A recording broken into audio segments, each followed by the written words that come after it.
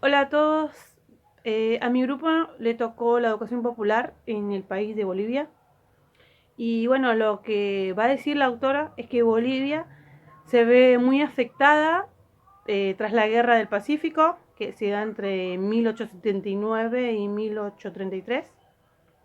Después habla de la organización de los obreros, eh, que se da como consecuencia de la inmigración campesina hacia las minas y que a eso se le suma una pequeña parte de un proletariado de tipo artesanal urbano. Después nombra periodos, que uno es Uncía 1923, Guanuni 1919, Cataví 1942.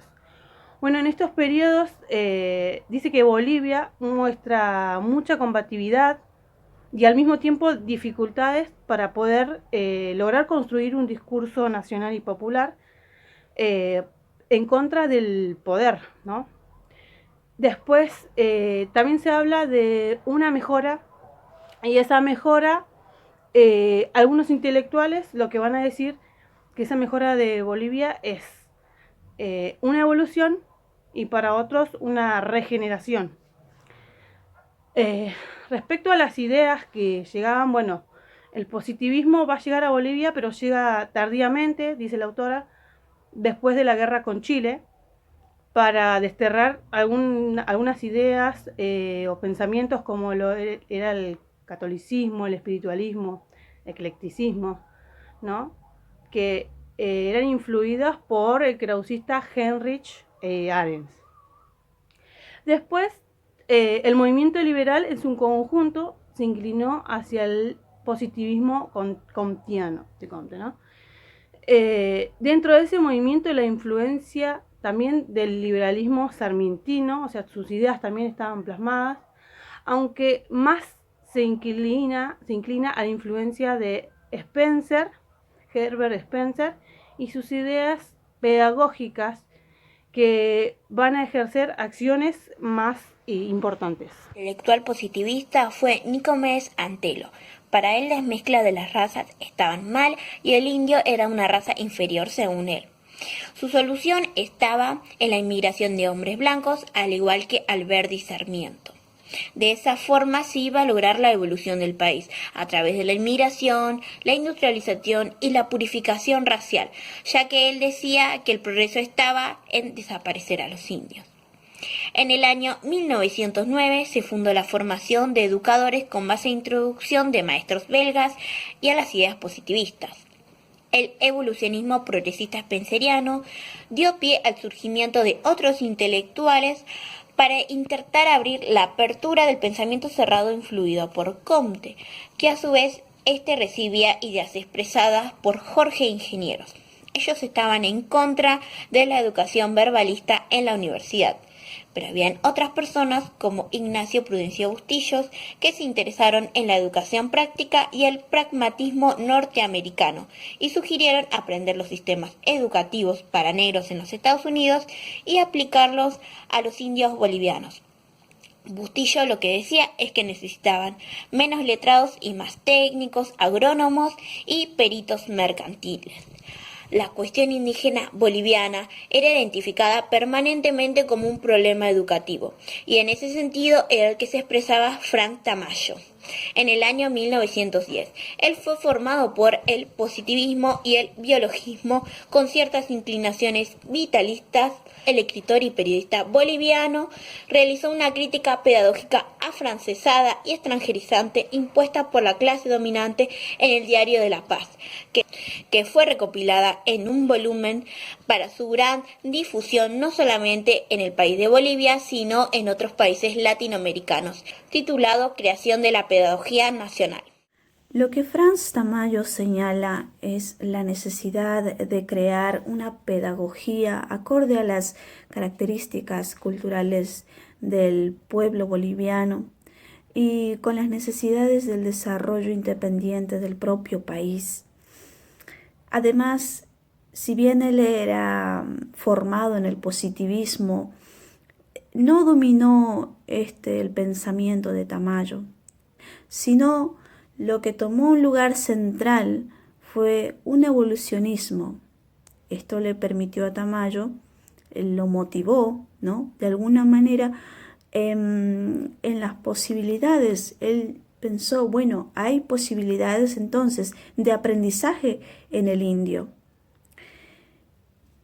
Él buscó leyes que reflejaran rasgos biológicos propios de la raza indígena.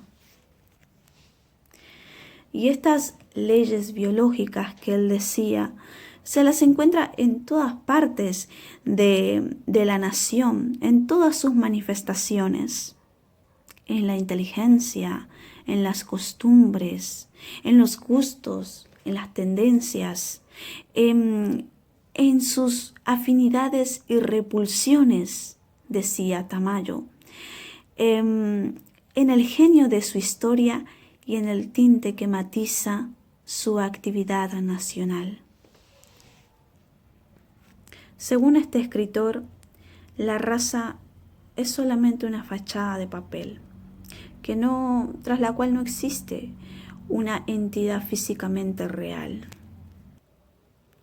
Y defendiendo al indio, dijo que la raza no tiene solamente elementos negativos, sino que es necesario estudiar los desconocidos mecanismos íntimos de los bolivianos para deducir métodos y leyes sobre los cuales fundar una pedagogía científica y nacional.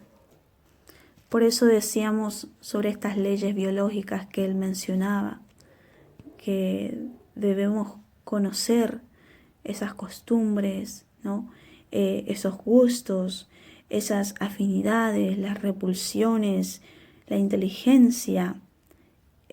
Tamayo dice que estos son los que se debería tener en cuenta. Continuando con Tamayo y esta pedagogía nacional que él plantea, ¿no?, él va a decir que en la creación hubo ciertos tropiezos, como por ejemplo la insuficiente formación de intelectuales bolivianos y también la tendencia por copiar los modelos europeos por parte de la clase dominante.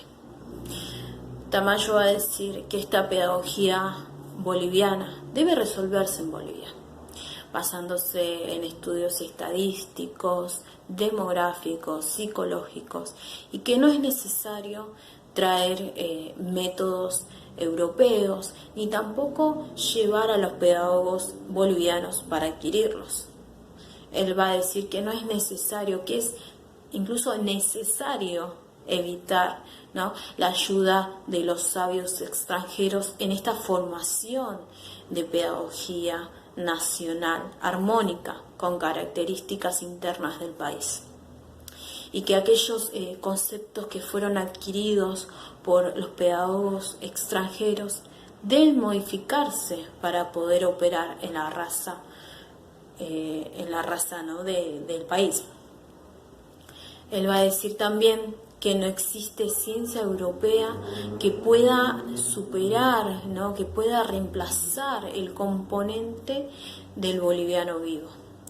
Y que para ello la pedagogía, la tarea de la pedagogía, consistía en descubrir la ley de la vida boliviana, es decir, descubrir aquello que identifica al boliviano, las costumbres, los gustos, las aficiones, las repulsiones, etc., ¿no? Por otra parte también Tamayo va a hablar acerca de la situación educativa, que no debe ser tomada desde la ciencia, ¿no?, sino por el contrario de la política, debido a que el poder debe ser utilizado para resolver aquellos problemas de alfabetización, combatir la mediocridad, la falta de preparación de los maestros universitarios que insisten con tomar aquel modelo europeo. Bueno, por otra parte también Tamayo fue un gran antecedente y impulsor en el movimiento reformista de las universidades de su país que comenzaron en 1920.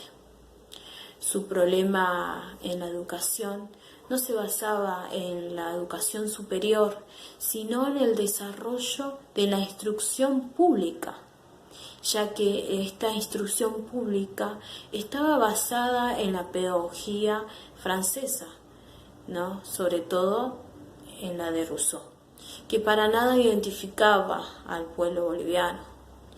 Era una pedagogía francesa que toma, ¿no? Todo el sistema educativo boliviano, que llega a todas las ciudades y que excluye, ¿no? al indio. Y es por eso que tiene ese choque con esa instrucción